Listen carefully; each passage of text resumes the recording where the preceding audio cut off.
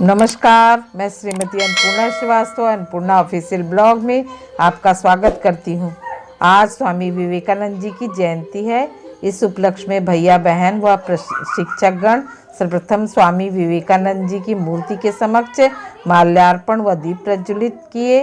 तत्पश्चात भैया बहनों के द्वारा उनके जीवन से संबंधित जानकारी दी गई। तत्पश्चात राखी नामदेव दीदी के द्वारा विवेकानंद जी के जीवन से संबंधित कुछ घटनाओं की जानकारी दी गई। आप सुनिए और अंत तक बने रहिए।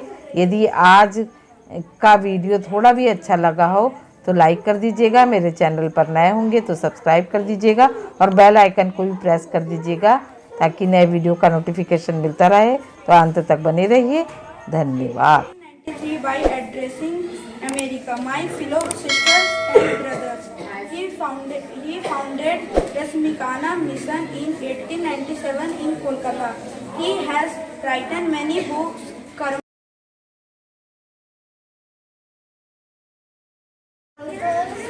He met his spiritual guru Swami Ramakrishna in 1881. In 1897, he founded Ramakrishna Math and Ramakrishna Foundation on the name of his guru.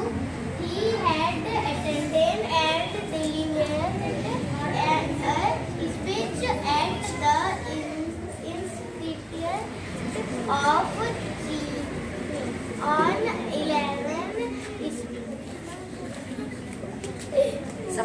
September 1893. Vishwanath Dutt और माता का नाम भुवनेश्वरी देवी था। स्वामी विवेकानंद एक महान हिंदू संत और नेता थे जिन्होंने रामकृष्ण मिशन और रामकृष्ण मठ की स्थापना की थी।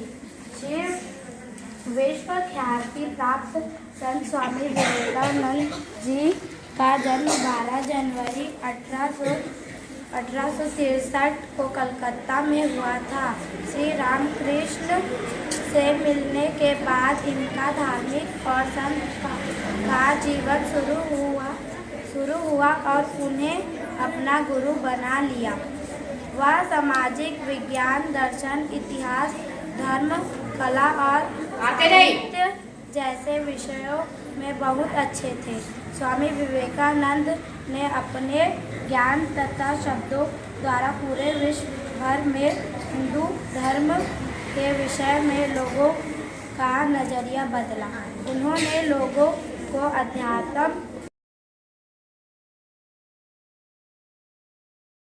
जी हाँ, हम बात कर रहे हैं महान दार्शनिक स्वामी विवेकानंद की।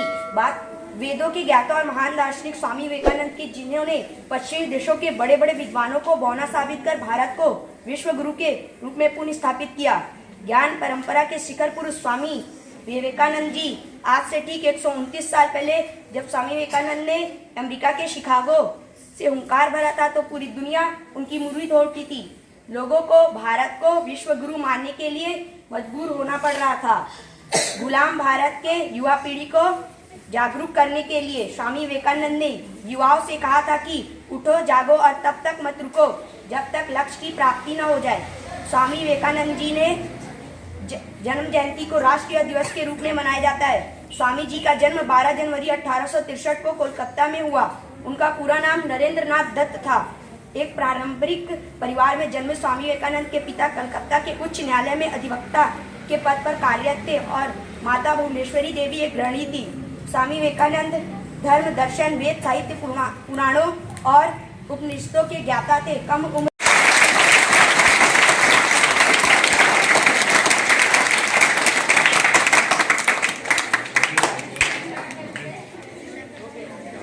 शिकागो धर्म सम्मेलन में गए हुए थे विवेकानंद जी। तो जो ब्रिटेन, जो बाहर के लोग थे वो हमें ज्यादा महत्व नहीं देते थे, भारत को ज्यादा महत्व नहीं देते थे। तो किताब रखी हुई थी, ऐसे सारे धर्मों की किताब रखी थी। भारत के जो वेद उपनिषद थे वो सबसे नीचे रखे हुए थे। तो एक विदेशी ब्रिटनर ने हंसते हुए कहा, स्वामी जी आपका वेद तो सबसे नीचे है, है ना।